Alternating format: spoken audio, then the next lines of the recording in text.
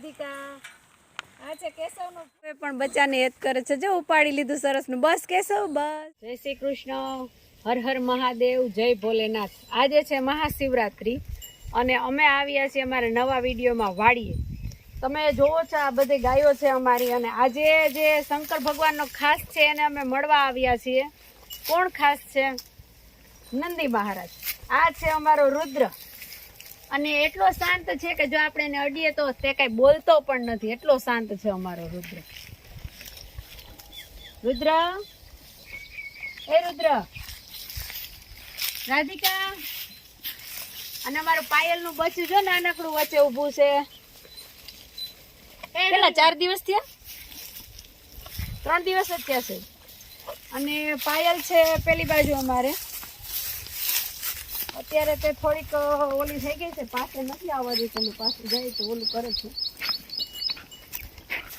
પણ રાધિકા એનાથી દૂર છે. એના બચ્ચાનું નામ અત્યારે તો રાધિકા રાખ્યું છે અમે. જો આવી રીતના કરે છે અત્યારે, પણ એ થઈ જશે થોડાક દિવસમાં ડાઈ પાછી. અને આ છે અમારો બીજો નંદી ભદ્ર. એ પણ એટલો શાંત છે. ભદ્ર બે શાંત છે. આજે નંદી મહારાજના દર્શન કરીને અમે ભવ્યતા અનુભવીએ છીએ.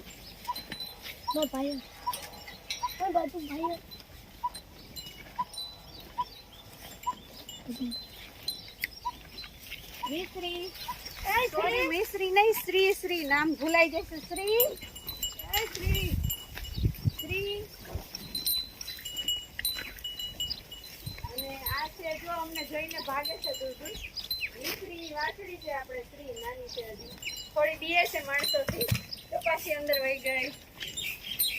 અને અમારી રાધિકા, કેશવે રાધિકા નામ રાખી દીધું છે, પણ ખબર નહીં હવે નારાયણ ને શું નામ યોગ્ય લાગે ને કયું નામ ગમે. કેશવ રાધિકા ફાઇનલ છે? હા. પાયલ એની પાસે જાય છે એની મમ્મી. જો વહી ગઈ ને એનું ધ્યાન રાખે. તારા મમ્મી ધ્યાન રાખે એમ પાયલ મમ્મી એનું ધ્યાન રાખે છે. રાખે ને. અને આ છે અમારા ઓર્ગેનિક ચણા અને એમાં અત્યારે જીંજરા તૈયાર થઈ ગયા છે. અત્યારે આપણે જીંજરા ખાતા હોય ને એવા બધા કાબુલી ચણા છે. આપણે છોલે ભટુરે બનાવીએ તો એના માટે બેસ્ટ. અને આ છે ઓર્ગેનિક એટલે દવા વગરના, એટલે જમવામાં પણ સારા રહેશે. તમારી હેલ્થ માટે ખૂબ જ સારા છે. અને ચણાનો ફાલ પણ સારો એવો છે. આપણે જોવો છો તમે બધાય. હમણાં જીંજરા તૈયાર થશે એટલે જીંજરા ખાવાની તો બધાને મજા આવે છે. અને આ કેશવે બતાવ્યો છે ને તમને રાવણાનું ઝાડ, એમાં જો ફાલ આવી ગયો છે સરસનો અત્યારે જાંબુનો. અને જાંબુ પણ સારા એવા આવે છે, ભગવાનની દયા છે. અને આ ખાસ તો નારાયણ છે ને પક્ષીઓ માટે જ વાવ્યા છે. ગયા વર્ષથી ફાલ આવ્યો છે. થોડાક અમે ખાધા હતા ગયા વર્ષે, પણ બાકી બધા પક્ષીઓ માટે જ રાખ્યા હતા. આ એક છે રાવણો અને એવી રીતના આખી રાવણાના ઝાડની લાઈન છે ત્યાં. અને વચ્ચે આ છે શેતુરનું ઝાડ. એ પણ પક્ષીઓ માટે જ અમે રાખીએ છીએ. તમે જો આમાં પણ ફાલ આવ્યો છે. આ તો બહુ મોટું શેતુર હતું. અમે આને કાપીને પાછું એમાં જો કોરાઈ ગયું છે. અને આ બાજુ છે આ બોરસલી. એમાં પણ જે બોરસલી આવે ને એ પણ આપણે ખાવામાં ઉપયોગ કરી શકીએ છીએ. આ ઝાડ એવું છે કે છાંયો સરસ કરે છે અને થડ નાનું થાય છે. પછી હવનનું ઝાડ છે, આપણે લીચી છે, પછી પ્રાગવડ છે, એવા અમુક બધા ઝાડ અહીંયા અમે બગીચામાં વાવ્યા. અને આ જોવો છો તમે ઉમરાનું ઝાડ છે ને એમાં જો આવા ફળ લાગે છે નાના નાના. અને જ્યારે કોઈ ઝાડમાં ફળ ન હોય પક્ષીઓ માટે, ત્યારે એને એના માટે જમવાનું આમાંથી મળી રહે છે. અને સાવ ઓછો વરસાદ હોય ને ત્યારે ઉમરામાં પુષ્કળ પ્રમાણમાં ફળ આવે છે. એટલે પક્ષીઓને કીડીથી લઈને હાથી સુધી આ ફળનો ઉપયોગ કરી શકે છે તે લોકો ખાવામાં. એટલે આ ઉમરાનું ઝાડ એક અહીંયા છે અને એક ઓલા સેટે છે આપણે સામેની બાજુ. એ હજી નારાયણના દાદાએ કાપવા નથી દીધું, રાખ્યું છે. કારણ કે ઉમરાને આપણે ઉજેરીએ ને તો એક હવન જેટલું ફળ મળે છે એમ બધા કહેતા હોય. એટલે ઉમરાનું ઝાડ તો ખૂબ જ સારું.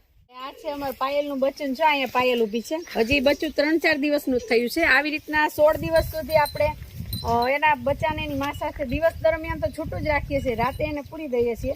એટલે એને દૂધ કાચું હોય હજી ગાયનું તો એ સરસ રીતે પચી જાય. અને આજે તો ખાસ અમે અહીંયા બધી ગૌ માતાના ખાસ કરીને નંદીના દર્શન કરવા મહાશિવરાત્રીના દિવસે આવ્યા હતા. તો અત્યારે બધાના દર્શન કર્યા. હવે અમારી ચેનલને તમે લાઇક કરજો, શેર કરજો અને સબસ્ક્રાઈબ કરજો, જેથી અમે સારા વિડીયો બનાવવાનું મોટિવેશન મળી રહે અને અમે સારા વિડીયો. રાધિકા અત્યારે એકલી બેઠી મજા કરે. કૂદકા મારીને થાકી ગઈ છે. એટલે હવે જો નિરાતે બેઠી છે. અત્યારે સૂર્યપ્રકાશનો આનંદ લે છે, કારણ કે તડકો એટલો બધો હજી નથી લાગતો. છે કેશવનું ફેવરિટ બચ્ચું કા રાધિકા નામ રાખું ને કેશવ હાલે હાલે હાલે હાલે